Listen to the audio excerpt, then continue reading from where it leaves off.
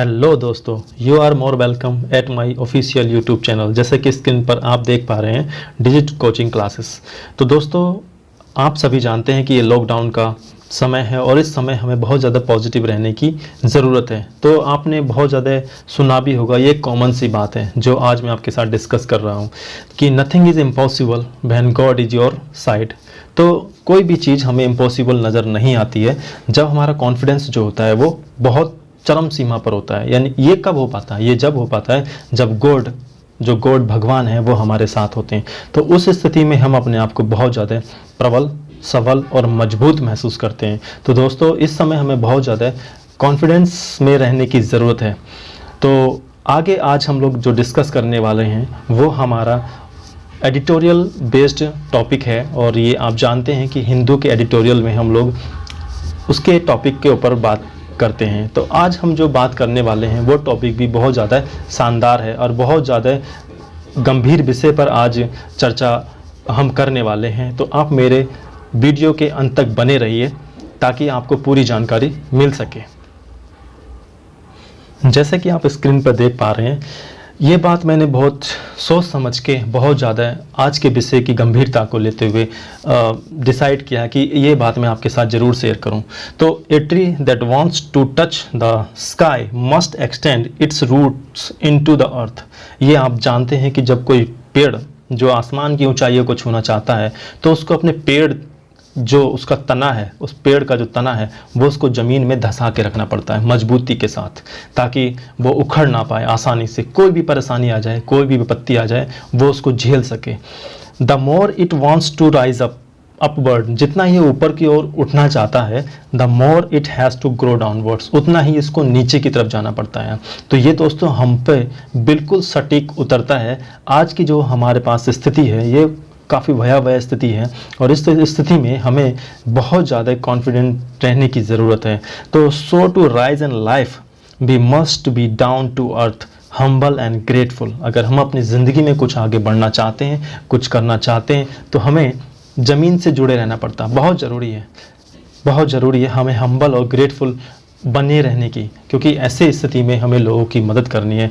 अगर आप लोगों की मदद नहीं कर पा रहे हैं तो आप घर पर रह के अपनी तैयारी कीजिए, अपने आप को कॉन्फिडेंस में लाइए, अपने आप को इम्पॉसिबल वर्ड से पॉसिबल की तरफ लाइए। तो दोस्तों, आज का जो हमारा टॉपिक है कुछ इन्हीं विषय पर होने वाला है, तो आप मेरे वीडियो के साथ बने रहिए।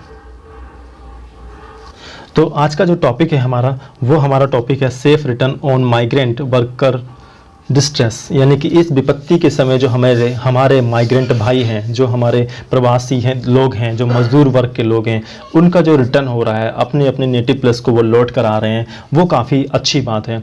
तो ये एडिटोरियल में आज डिस्कस किया गया है। लेकिन एडिटोरियल पर जाने से पहले हम अपनी वोकैब को देख लेते हैं, क्योंकि आप जानते हैं बिना वोकैब के इंग्लिश का कोई अस्तित्व ही नहीं रह जाता है। तो चलिए अपना वोकैब देख लेते हैं। जैसे कि आप स्क्रीन पर देख पा रहे हैं कि हमारा जो पहला वर्ड है वो है डिस्ट्रेस। डिस्ट्रेस एक नाउन है और जिसका मतलब होता है संकट। एक्सट्रीमी एंजाइटी, यानी बहुत ज़्यादा आप चिंतित हैं, अस्त व्यस्त है, आप सोरो हैं और पेन में हैं, तो हम डिस्ट्रेस उसे कह सकते हैं। दूसरा जो वर्ड है वो हमारे पास ट्रेवल्स है, इसका मतलब होता है कष्ट और ये भी एक नाउन है। तो the difficulties that are experienced as part of a particular situation, तो ऐसी पर्टिकुलर सिचुएशन में हैं आप और बहुत ज़्यादा डिफ़िकल्टीज़ में हैं। तो अगला जो वर्ड है वो है हमारे पास एक्सोडस। ये भी एक नाउन है जिसका मतलब होता है निर्गम, यानी कि मास डिपार्चर ऑफ पीपल, बहुत बड़ी मात्रा में लोगों का झुंड यहाँ से वहाँ जब प्रस्थान कर देता है उसे हम बोलते हैं एक्सोडस। आगे जो वर्ड है वो है स्ट्रैंडेड, इसका मतलब होता है फंसा हुआ, ये एक एडजेक्टिव है। Stuck somewhere and unable to live, यानी कि आप ऐसी स्थिति में हैं जब आप निकल के नहीं जा सकते हैं। अगला जो वर्ड है वो है ह्यूमेन। ह्यूमेन का मतलब होता है कि दयापूर्ण, बहुत ज़्यादा आपके अंदर भाव है, बहुत ज़्यादा दयालु हैं, तो आप ह्यूमेन हैं। और से हम एडजेक्टिव के तरह से इसे इस्तेमाल करते हैं। आगे है हमारे पास फर्टिलिटीज़, जिसे हम कहते हैं कि घातक, और ये एक नाउन होता है जिसे हम कहते हैं घातक परिणाम या फिर बहुत ज़्यादा बुरी स्थिति। देख लेते हैं आर्टिकल क्या इसमें बोलता है। कहता है कि an occurrence of death by accident in war, यानी कि युद्ध के समय और बहुत ज़्यादा जो मृत्यु रेट है वो बढ़ जाता है फ्रॉम डिजीज़, या फिर बीमारी से जो मृत्यु रेट है वो बढ़ जाता है, उसे हम फर्टिलिटीज़ कहते हैं। अगला जो वर्ड है हमारे पास है फ्यूटाइल। और आप देख पा रहे हैं फ्यूटाइल का मतलब होता है व्यर्थ, ठीक है, जो कमज़ोर होता है उसे हम बोलते हैं। ये एक एडजेक्टिव वर्ड है। अगला वर्ड है फ्लॉकिंग। फ्लॉकिंग का मतलब होता है मूव और गो टुगेदर इन क्राउड, यानी कि भीड़ में बहुत बड़ी मात्रा में यहाँ से वहाँ जाना, फ्लॉकिंग।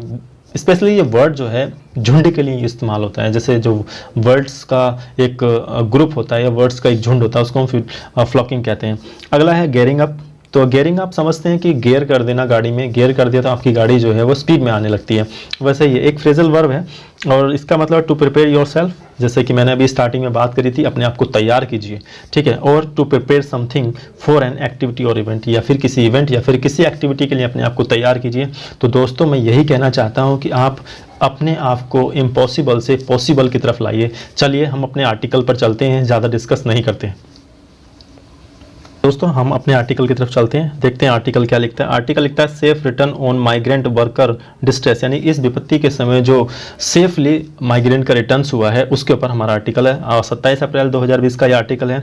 लिखता है कि एमिड द कोविड-19 क्राइसिस, यानी कि क्राइसिस की अगर हम बात करें इस क्राइसिस में, यानी कि जब कोविड-19 के चलते the distress of faced by migrant workers must not be ignored. तो इस तरीके से जो हमारे माइग्रेंट भाई हैं, जो हमारे लोग हैं, उनको हम अनदेखा नहीं कर सकते। यानी कि उन्होंने जो इस विपत्ति में इतनी परेशानियां झेली हैं उसको अनदेखा नहीं किया जा सकता है।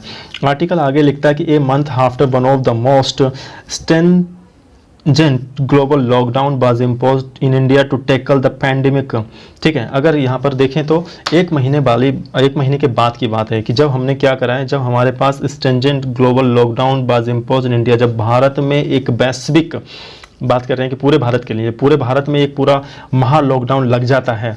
किस लिए? टू टैकल द पैंडेमिक, इस बीमारी का सामना करने के लिए जब पूरे भारत में बंद घोषित कर दिया जाता है तो उसके एक महीने बाद हमें कुछ पता चलता है। वो क्या पता चलता है? पता चलता है कि the travels of migrant worker have shown no sign of ending, यानी कि जो कष्ट है, जो परेशानियां हैं उन माइग्रेंट लोगों की, जो पेनफुल लेबोरियस एफर्ट हैं, ट्रेवल्स मैंने अभी आपको बताया था कि पेनफुल या फिर लेबोरियस एफर्ट जो होते हैं उन माइग्रेंट वर्कर के, so no sign of ending, यानी कि अंत होता नहीं दिखता है उनका।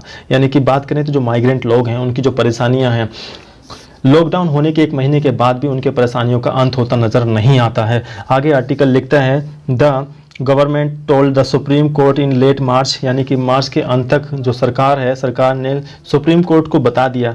क्या बताया? देखते हैं कि arrangements had made to provide temporary shelters with food for migrant workers, यानी कि जो सरकार है उसने लेट मार्च तक सुप्रीम कोर्ट को ये बता दिया था कि जितने भी हमने टेम्पररी रूप से लोगों को रोकना है या उनको शेल्टर करना है और उनके खाने पीने का जो बंदोबस्त है वो हमने कर लिया था, ठीक है। एंड एज ऑफ देन, तब तक हमने जो है अप्रैल के लास्ट की बात, मार्च के लास्ट की बात करें उससे पहले सरकार ने ये सारे काम कर लिए थे। टेम्प्रोरी बेस पे शेल्टर बना दिए थे, उनके खाने के लिए सारी व्यवस्था अरेंजमेंट कर दी थी। None of them was on the road, जब तक कोई व्यक्ति सड़क पर नहीं आया था उससे पहले सरकार ये कहती है कि हमने उनके लिए शेल्टर, खाना और जो अन्य व्यवस्थाएं हैं वो उनके लिए हमने करके रख ली थी। लेकिन अब आगे स्थिति क्या होती है? स्थिति आगे बदल जाती है। Just day after the lockdown has triggered, तो जैसे ही लॉकडाउन लग जाता है उसके एक दिन के बाद, ट्रिगर्ड आप समझते हैं जैसे बंदूक का ट्रिगर होता है, जैसे हमने ट्रिगर दबाया और गोली जो है वो निकल जाती है। तो ट्रिगर मतलब कि आपने पूरा उसे व्यवस्थित कर दिया। जैसे ही आपने लॉकडाउन को व्यवस्थित कर दिया उसके तुरंत एक दिन बाद क्या होता है कि एन एक्सोडस ऑफ पीपल, यानी कि लोगों का इतना बड़ा झुंड हुजूम to their native places. Exodus का मतलब होता है कि इसको मतलब होता है कूच करना या प्रस्थान करना। जैसे कि अभी हमने डिस्कस करा था कि एक लोगों का हुजूम जो है वो कूच करने लगता है अपने नेटिव प्लेस की तरफ, अपने मूल स्थानों की तरफ, अपने मूल गंतव्य की तरफ, जहां लोग रहते हैं वहां की तरफ लोग निकलने लगते हैं सड़कों पर। But reports have shown that thousands continue to travel long distance, लेकिन रिपोर्ट ये बताती हैं कि उसमें हजारों लोग ऐसे थे जिन्होंने कंटिन्यू ट्रैवल किया एक लॉन्ग डिस्टेंस को, यानी कि हजारों मील की दूरी जो है उन्होंने पैदल ही, most of them by food, पैदल ही कवर कर ली, टू एस्केप डिस्ट्रेस कंडीशन और टू देयर फैमिलीज, यानी कि बहुत सारे लोग अपने जहाँ पर वो वर्क करते थे, जहाँ पर वो काम करते थे या मजदूरी करते थे, वहाँ से पैदल ही अपने घरों को निकल पड़े और हजारों मील की दूरी तय करने लगे। और ऐसी स्थिति में वो बचना चाहते थे इस कोविड-19 से और अपनी फैमिली में वो सुरक्षित पहुँच जाना चाहते थे। इस तरीके से ये बहुत बड़ा जो है एक्सोडस हुआ, लोगों का बहुत बड़ा आगमन हुआ, प्रस्थान हुआ, जो हमने सड़कों पर लोगों को भीड़ में देखा था। आगे आर्टिकल लिखता है कि मेनवाइल लाख्स ऑफ, मेनवाइल का मतलब होता है कि जबकि, लाख्स ऑफ वर्कर, हम बात कर रहे हैं कि लाखों वर्कर्स के बारे में, who were dependent upon daily and casual labour, जो डेली बेसिस का काम करने वाले थे और जो कैजुअल लेबर थे यानी कि रोज़मर्रा में जो मेहनत मजदूरी करते हैं उन लोगों की बात कर रहा है। आर स्टिल स्टैंडर्ड मुंबई, आज भी वो मुंबई में फंसे हैं। एंड दिल्ली विदाउट वेजेस, और दिल्ली में फंसे हैं बिना किसी मजदूरी के। वेजेस का मतलब होता है मजदूरी। जो हम देखते हैं कि जो मजदूर वर्ग के लोग होते हैं वो रोज़ मजदूरी करते हैं, रोज़ उन्हें पैसा मिलता है, तब जाके उनके घर में खाने की व्यवस्था हो पाती है। तो ऐसी स्थिति में लाखों लोग प्रभावित हुए हैं, अपनी जॉब को छोड़कर अपने नेटिव प्लेस की ओर निकल पड़े।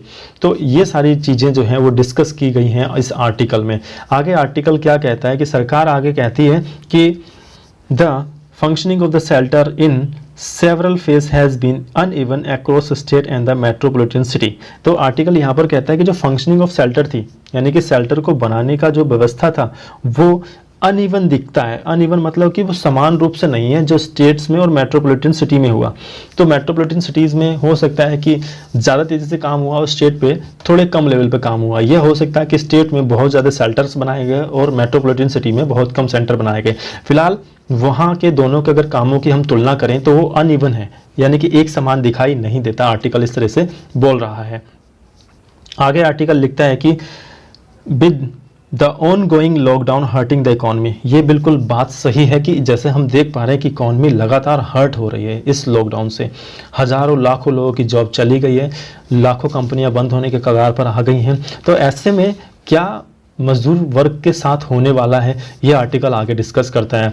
आगे बोलता है कि द फाइनेंस मिनिस्टर्स, जो फाइनेंस मिनिस्ट्री है, relief measures have been insufficient in providing for their needs. अगर बात करें तो ऐसे लॉकडाउन के समय फाइनेंस मिनिस्ट्री की तरफ से एक रिलीफ पैकेज जो है वो जारी किया गया था, लेकिन वो क्या है, हैव बीन इनसफिशिएंट। ये सारा इनसफिशिएंट है प्रोवाइडिंग फॉर देयर नीड्स, यानी उनकी ज़रूरतों को देखते हुए, उनकी ज़रूरतों को पूर्ति करने के लिए ये सारा फंड जो है वो बेकार नज़र आता है, ये पर्याप्त नहीं है। सरकार को और कुछ ज़्यादा करना चाहिए। आगे आर्टिकल लिखता है कि सम माइग्रेंट वर्कर्स, कुछ माइग्रेंट जो कामकाज करने वाले लोग हैं, वो stare at A continuous loss of livelihood, जो लगातार टकटकी लगाकर, स्टेयर का मतलब, स्टेयर का जो मीनिंग होता है, स्टेयर माना होता है कि आप किसी चीज़ को एकाएक दृष्टि से देख रहे हैं या टकटकी लगा कर देख रहे हैं, कंटिन्यूअस जो वाचिंग कर रहे हैं, हम उसे स्टेयर बोलते हैं। लॉस ऑफ लाइवलीहुड यानी कि ऐसे बहुत सारे मजदूर लोग हैं जो लगातार ये देख रहे हैं कि हमारी जो ज़िंदगी है, ये हमारे जो जीवन निर्वाह की जो व्यवस्था है वो लगातार ख़त्म होती जा रही है। In their adopted places of work, जहाँ पर वो लोग काम करने जाते थे या काम कर रहे थे, वहाँ उनकी काम करने की या वेजेस की अपॉर्चुनिटी वो लगातार ख़त्म हो रही है। और वो ये सब देख रहे हैं, ये सब बैठे बैठे वो देख रहे हैं जहाँ उन्हें एडॉप्टेड करके रखा गया है या फिर जहाँ पर वो अपने रेस्पेक्टिव प्लेस में रहते हैं। क्योंकि आज सारी कंपनी बंद हैं, सब कुछ लॉकडाउन लगा हुआ है, तो कहीं भी कोई मजदूरी नहीं है, तो ऐसे में लोग अपने घरों में बंद हैं। तो वो सब क्या देख रहे हैं कि उनकी जो जीविका है बड़ी मुश्किल स्थिति में आ गई है। सरकार अगर मदद करे तो करे, लोग अगर एनजीओ मदद करे तो करें, लेकिन उनके पास और कोई होप नहीं दिखती है ऐसी स्थिति में। अब ऐसी स्थिति में आर्टिकल क्या लिखता है, क्या उनके लिए अच्छी जगह हो सकती है। कह रहा है कि are better off depending upon the social safety nets and family support structure in their native places. बात करें कि अगर जहां वो रुके हुए थे, अपने रेस्पेक्टिव प्लेस में रुके हुए थे, उससे बेहतर होता are better off depending upon the social safety net, यानी कि उन्हें बेहतर होता कि अगर वो डिपेंड होते किसी सोशल सामाजिक सेफ्टी यानी व्यवस्था नेट्स पर, जाल पर, और अपनी फैमिली सपोर्ट स्ट्रक्चर पर, अपने नेटिव प्लेस पर, यानी कि जो उनका मूल स्थान है, अगर वो वहाँ गए होते, वहाँ पहुंच गए होते, तो वहाँ उनके लोग उन्हें सपोर्ट करते हैं, वहाँ उनके गांव की व्यवस्था उन्हें सपोर्ट करती। तो ऐसी स्थिति में उन्हें बहुत ज़्यादा अच्छा फील होता है। यानी अब जैसी स्थिति में वो फंसे हुए हैं, बीच रास्ते में रुके हुए हैं, इससे बेहतर होता कि वो अपने घर पहुंच गए होते, अपने घर के गांव के लोगों के बीच में होते, वहां पर अपने आप को वो सुरक्षित महसूस करते। आर्टिकल इस तरह से बोल रहा है। आगे आर्टिकल क्या कहता है कि they should be allowed to avail these in dignified and the humane way. यानी कि अवेल हम देख लेते हैं। अवेल माने होता है कि आपको उसे पर्याप्त मात्रा में हम उसे पूर्ति करा दीजिए। डिग्निफाइड का मतलब है कि बहुत गरिमा पूर्ण तरीके से, और ह्यूमन मतलब कि इंसानियत की बात को अगर देखते हुए, तो हम अब इस लाइन का मतलब समझते हैं क्या लिखा गया। They should be allowed to avail these insignificant and the human way. यानी कि उन लोगों को अलाउ कर देना चाहिए बड़े डिग्निफाइड और ह्यूमन तरीके से, ताकि वो अपने गंतव्य तक पहुंच सकें। यानी कि उन्हें गरिमापूर्ण और मानवीय तरीके से इनका लाभ उठाने की अनुमति दे देनी चाहिए। यह सरकार से कहा जा रहा है आर्टिकल के द्वारा। आगे लिखा गया कि restarting work under the MNREGA. अगर अब मनरेगा की बात करें, ठीक है, तो मनरेगा के तहत जो है वो कार्य जो है गाँवों में स्टार्ट हुआ है। That went dormant in the earlier period of the lockdown. जो लॉकडाउन के स्टार्टिंग में डोरमेंट हो गया था। डोरमेंट का मतलब होता है निष्क्रिय हो जाना, बिल्कुल ही खत्म हो जाना। डोरमेंट का मतलब निष्क्रिय, बिल्कुल ही खत्म हो जाना। तो बात करेंगे अब जो मनरेगा में काम शुरू हुआ है और जो लॉकडाउन के स्टार्टिंग में पहले बंद कर दिया गया था, has provided an incentive for workers. हो सकता है कि उन्हें प्रोत्साहन मिले, यानी कि has provided an incentive for workers to leave their native place. यानी कि उनके जो मूल स्थान है वर्कर्स का, उनको वहाँ जाने के लिए प्रोत्साहित कर रहा है। यानी कि मनरेगा में काम का स्टार्ट होना ये लोगों को दिखा रहा है कि अब काम काज हमारे गांव में ही है, हम अपने गांव में भी रहकर काम कर सकते हैं। तो ये एक वजह हो सकती है इन माइग्रेंट लोगों को अपने रेस्पेक्टिव प्लेस से निकाल के अपने जो डोमिनेंट प्लेस है या फिर उनका जो नेटिव प्लेस है वहाँ तक ले जाने के लिए। आगे आर्टिकल लिखता है कि it is evident that the option of keeping workers at their respective place is no longer viable। अगर यहाँ पर बिल्कुल क्लियर आर्टिकल ने कह दिया है कि यहाँ पर अब कोई मतलब नहीं रहा, यहाँ पर कोई एविडेंट नहीं है, यहाँ पर कोई सबूत नहीं है द ऑप्शन, और यहाँ पर कोई ऑप्शन भी ऐसा नहीं दिखाई देता keeping workers eight their respective place, कि उनको उनके रेस्पेक्टिव प्लेस पर रखा जाए नो लॉन्गर बाइबल, बहुत ज़्यादा समय तक। यानी कि अब इसका कोई मतलब नहीं रह जाता है कि आप उन लोगों को उस रेस्पेक्टिव प्लेस पर रखें बहुत लंबे समय तक। The centre must work at ways to allow for their transport to their native place. अब ऐसे में सरकार को क्या करना चाहिए?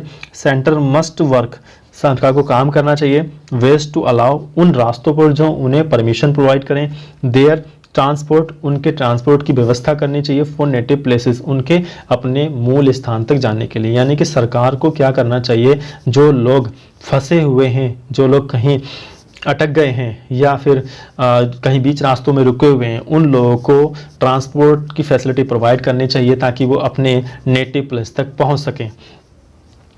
आगे आर्टिकल लिखता है, तो आगे दोस्तों लिखता है आर्टिकल कि India among other Asian country, Bharat, अगर हम बात करें भारत की, India and among other Asian countries such as neighbours in the subcontinent Malaysia and others. यानी कि जो भारत है और उसके जो पड़ोसी देश हैं, और इन द सब कॉन्टिनेंट, इस उप महाद्वीप में जो उसके पड़ोसी हैं जैसे कि मलेशिया है, has manage to avoid the high fertilities and infection rates. यानी कि भारत और जो एशियन कंट्रीज़ हैं और जो उसके सब कॉन्टिनेंट उप महाद्वीप के जो पड़ोसी देश हैं, उन्होंने क्या करा है? Avoid the high fertility and the infection rate, उन्होंने कम कर दिया है मृत्यु दर और इन्फेक्शन की फैलने की दर को। यानी कि भारत के साथ साथ उसके पड़ोसी देशों ने भी बहुत अच्छा काम करा है जब उन्होंने फर्टिलिटी रेट और इन्फेक्शन रेट को कम कर दिया है। अगर आगे आर्टिकल क्या लिखता है कि have been seen in Europe and North America, जैसे कि यूरोप में और नॉर्थ अमेरिका में हमें देखने को मिला था, बहुत ज़्यादा वहाँ मृत्यु दर बढ़ गई थी, इन्फेक्शन रेट बहुत ज़्यादा बढ़ गया था।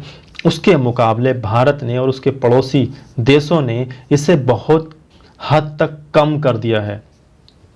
आगे आर्टिकल लिखता है द लॉकडाउन हैज़ हेल्प्ड, ये बिल्कुल क्लियर है कि इस लॉकडाउन ने बहुत बड़ी मदद की है इन जो रेट है इसको घटाने में। यानी कि जो इन्फेक्शन रेट है, जो फर्टिलिटी रेट है, उसको घटाने में लॉकडाउन का बहुत बड़ा योगदान है। बट लेकिन ये हमें इतनी आसानी से नहीं मिला। आगे आर्टिकल कहता है कि but it has come at a huge humanitarian and the economic cost. यानी कि ये जो हमें मिला है ये एक विशाल मानवीय ह्यूमैनिटेरियन मतलब मानवीय, और इकोनॉमिक कॉस्ट मतलब आर्थिक लागत के बेस पर हमें मिला है। यानी कि ये जो हम देख रहे हैं कि दुनिया में भारत में होने वाले केसेस नामात्र के हैं उसकी जनसंख्या के मुकाबले, ये हमने एक बड़े लॉकडाउन की वजह से लिया है। ये हमें जो हासिल हुआ है एक बड़े लॉकडाउन की वजह से हुआ है, और इसके लिए एक बहुत बड़ी मानवीय कीमत हमने चुकाई है। जैसे कि हम आप सब लोग मिलके घरों के अंदर हैं, अपने काम काज को हमने रोक दिया है, अपने जो ज़्यादा फालतू की ज़रूरतें हैं हमने उनको रोक दिया है। हम किसी चीज़ के लिए बाहर नहीं निकलते, सिर्फ़ और सिर्फ खाने पीने की व्यवस्था बनाए रखने के लिए, अपने परिवार की सहूलियत के लिए हम बाहर निकलते हैं। ये एक आप बहुत बड़ी कॉस्ट हमने पे करी है, और साथ ही साथ हमने इकोनॉमिक कॉस्ट पे करी है, जिसमें हमारी इकॉनमी लगातार गिर रही है। ये हमने पे किया है, तब जाके हमें ये जो मृत्यु दर में कमी है और जो इन्फेक्शन फैलने की जो दर है उसमें कमी है, ये हमें मिला है। आगे आर्टिकल लिखता है the question of whether to extend a lockdown. अब क्वेश्चन ये उठता है कि क्या आप वेदर द एक्सटेंड लॉकडाउन, क्या आप लॉकडाउन को बढ़ाने के फेवर में हैं? क्वेश्चन आर्टिकल ने उठा दिया, बिल्कुल क्लियर है दोस्तों कि question of whether to extend the lockdown, lockdown क्या फिर बढ़ेगा? An economic crisis is moral dilemma. अगर जहां पर इकोनॉमी हम बात कर रहे हैं कि इकोनॉमिक क्राइसिस चल रहा है, इस दौरान क्या लॉकडाउन को बढ़ाया जाने वाली बात है? ये क्वेश्चन है, आर्टिकल ने क्लियर किया। और एक मोरल डायलेमा, एक नैतिक संकोच है, एक नैतिक परिस्थिति है जिसमें हम दोनों तरफ देख रहे हैं, बढ़ाएं या घटाएं, बढ़ाएं या घटाएं। तो ऐसे डायलेमा में क्या ये जरूरी है? ये क्वेश्चन आर्टिकल ने पूछा है। आगे कहता है कि इट कैन बी रिजोल्व, ये क्वेश्चन का आंसर जो है मिल सकता है। कब? ओनली थ्रू प्रैक्टिकल स्टेप, जब आप कुछ प्रैक्टिकल स्टेप फॉलो करेंगे तो आप इसका सोल्यूशन ले सकते हैं। वो प्रैक्टिकल स्टेप या वो प्रैक्टिकल अप्रोच क्या है? आर्टिकल आगे बताता है कि that compensation for poor and the workers in the unorganised sector and protect the old and the firm inform. ठीक है, हम बात कर रहे हैं कि जो कंपनसेट है, आप गरीब लोगों को कंपनसेट करें, गरीब लोगों को कंपनसेट करें, और जो वर्कर्स हैं अनऑर्गेनाइज सेक्टर में उनको कंपनसेट करें, यानी कि उनको उनकी सैलरी मिलनी चाहिए, उनको उनका जो हक है वो मिलना चाहिए। और जो ओल्ड लोग हैं उनको प्रोटेक्ट करें, और जो बड़े मजदूर कैटेगरी के लोग हैं या जो निम्न तबके के लोग हैं, जो बहुत दयनीय स्थिति में हैं, आप उनको प्रोटेक्ट करें। आर्टिकल इस तरीके से कहता है। दोस्तों आर्टिकल ने बहुत अच्छी बात कही है कि ये क्वेश्चन बहुत इंपॉर्टेंट है, क्या इस इकोनॉमिक क्राइसिस के बीच में भी लॉकडाउन बढ़ने की उम्मीद है? अगर हाँ आप लॉकडाउन बढ़ा रहे हैं तो आप गरीबों के लिए कुछ करें, वर्कर्स के लिए कुछ करें, ओल्ड लोगों के लिए कुछ करें, और जो नीचे तबके के लोग हैं उनके लिए कुछ करें। यानी कि आपको सबके लिए कुछ ना कुछ करना ही पड़ेगा। ऐसी स्थिति के बिना इस लॉकडाउन को बढ़ाया जाना उचित नहीं है। आगे आर्टिकल लिखता है कि Maharashtra the state with the highest incident of covid cases. तो यहाँ पर बिल्कुल बड़ी दुखद वाली बात है दोस्तों कि महाराष्ट्र एक ऐसा स्टेट है हमारे देश में कि जहाँ पर कोविड-19 के केस यानी कोरोना से पीड़ित लोगों की जो संख्या है वो सबसे ज़्यादा हो गई है। अब कह रहा है कि beside having the largest number of migrant workers, और उसके साथ साथ वहाँ पर जो माइग्रेंट लोग हैं उनकी संख्या भी बहुत बड़ी है, बहुत ज़्यादा बड़ी है। तो मैं कुछ डाटा आपको शो कर देता हूँ कि महाराष्ट्र में अभी रिसेंटली स्थिति क्या है, कैसी स्थिति में महाराष्ट्र है। तो चलिए हम लोग देख लेते हैं उससे थोड़ा सा। तो आप देख पा रहे हैं स्क्रीन पे कि यहाँ पर अगर हम बात करें पूरे भारत की, तो भारत की स्थिति बड़ी ज़्यादा अगर देखें तो संजीदा नहीं है दूसरे कंट्रीज़ के मुकाबले, लेकिन फिर भी 27,892 केस यहाँ पर कंफर्म हो चुके हैं, और जिसमें से 6,185 हमने रिकवर करे हैं, और जो मृत्यु रेट है वो है 872 लोग अब तक मर चुके हैं। तो आप देख रहे हैं कि महाराष्ट्र को यहाँ पर बिल्कुल हाईलाइट करके दिखाया गया है।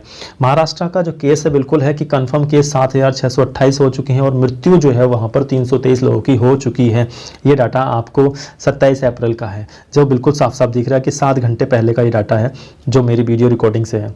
तो ऐसी स्थिति में आप देख पा रहे हैं कि महाराष्ट्र बड़ी भयावह स्थिति में है, और ऐसे में महाराष्ट्र की सरकार को बड़ा ध्यान देना चाहिए। आगे गुजरात है दूसरे नंबर पर, जिसमें 3,071 केस हैं और वहाँ पर 133 लोगों की मृत्यु हो गई है। उसके बाद तीसरे नंबर पर दिल्ली आता है, जहाँ 2,625 लोग पॉजिटिव हो चुके हैं और 54 लोगों की मृत्यु हो चुकी है। मध्य प्रदेश उसके बाद है, राजस्थान है, उत्तर प्रदेश है, तमिलनाडु है, आंध्र प्रदेश है, तेलंगाना है। तो ये कुछ डाटा है, लेकिन सब में देखें तो सारे स्टेट में जो है वो महाराष्ट्र का जो डाटा है वो बहुत काफ़ी भयावह है। तो ये काफ़ी सोचने वाली बात है महाराष्ट्र सरकार के लिए। तो आगे हम अपने आर्टिकल पर चलते हैं।